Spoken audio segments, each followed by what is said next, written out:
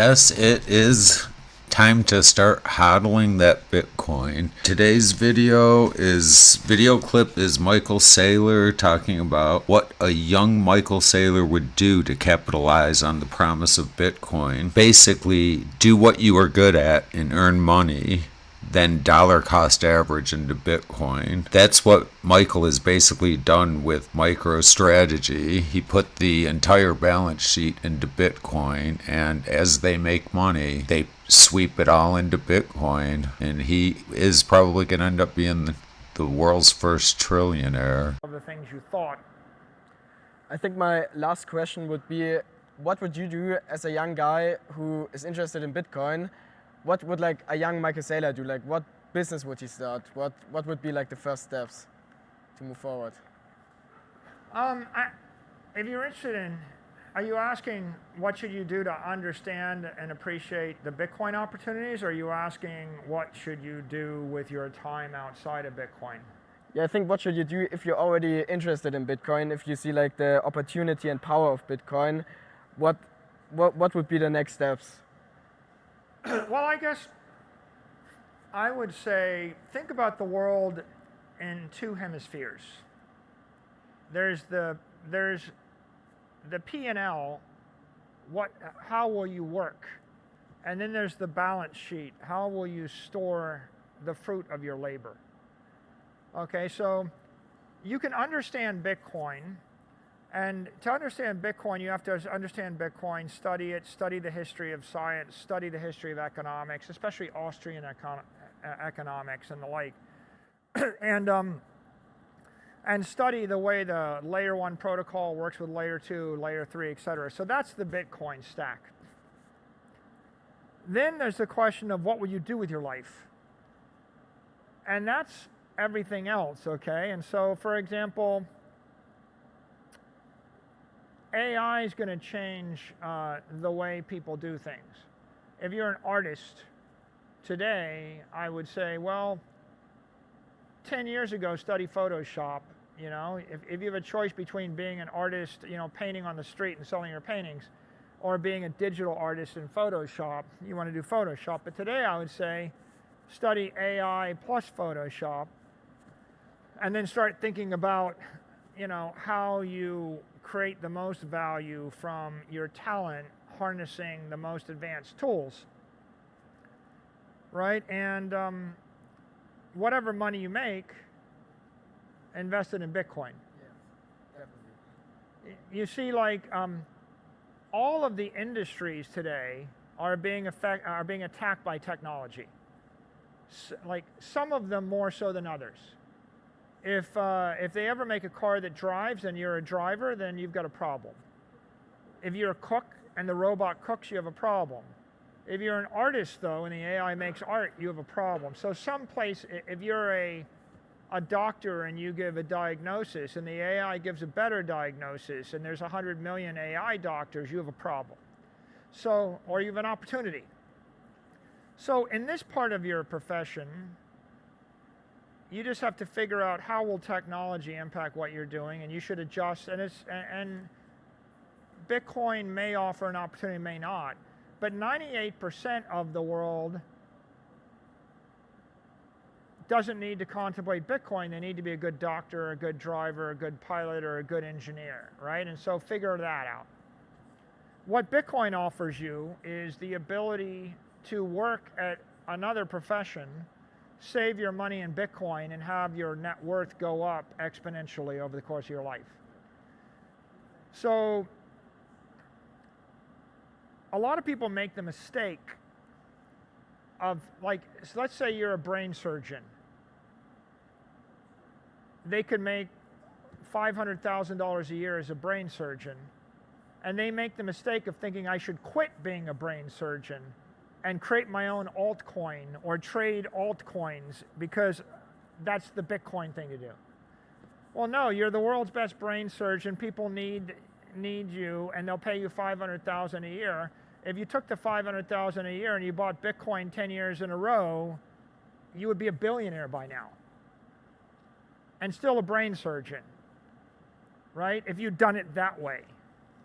on the other hand, if you quit your job and you don't make the $5 million over 10 years, and then you trade altcoins or whatever, you just probably lose all your money, and you'll be an unemployed brain surgeon that lost all your money.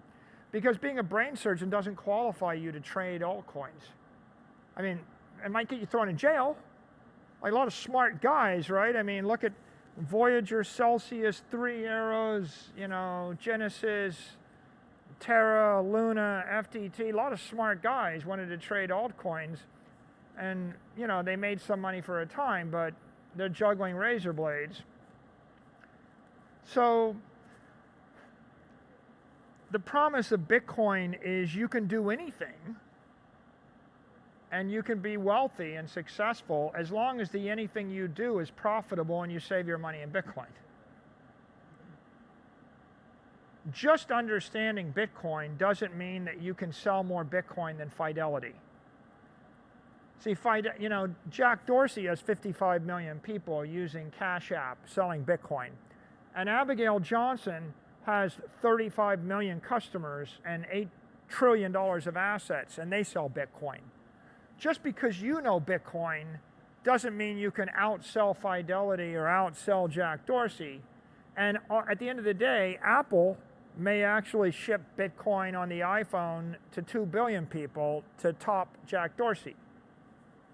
And, you know, Bank of America and JP Morgan may decide to try to top Fidelity. So you have to be aware that Bitcoin is an open, permissionless protocol. Anybody can do anything they want with Bitcoin. So if you're going to do something with Bitcoin, you should make sure that you're the best in the world at doing that thing. If you're the biggest bank in a country in Africa selling Bitcoin, and if you've got all the licenses and you know the market, you'll probably do well selling Bitcoin, and you should do that. But if you happen to be the most successful operator of restaurants in your town, and you understand Bitcoin, you're probably better off to operate the restaurants, take all your money, buy the Bitcoin, right? And so my answer is figure out how you make the most amount of money year by year.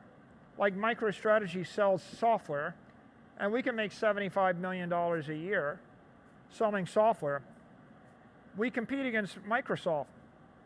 I can't beat Microsoft.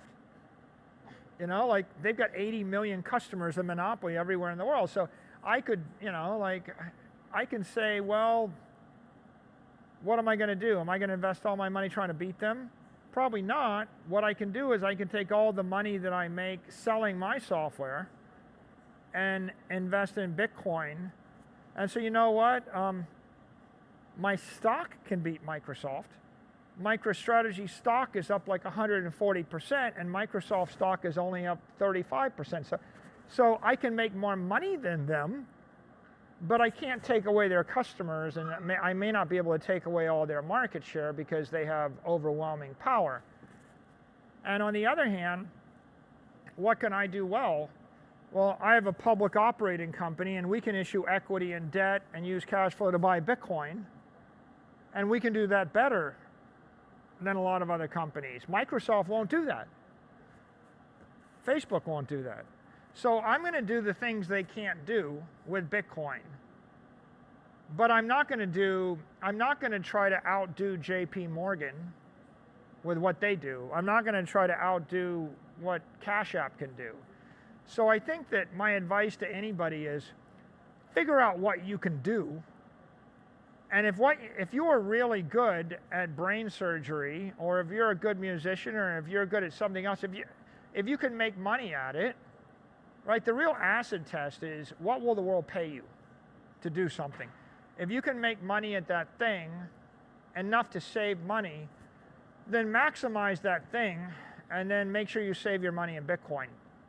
If you can make money doing something in Bitcoin, maybe you're a Bitcoin podcaster, Bitcoin news, if you're a Bitcoin bank, yeah, sure, but just make sure you're really good at it.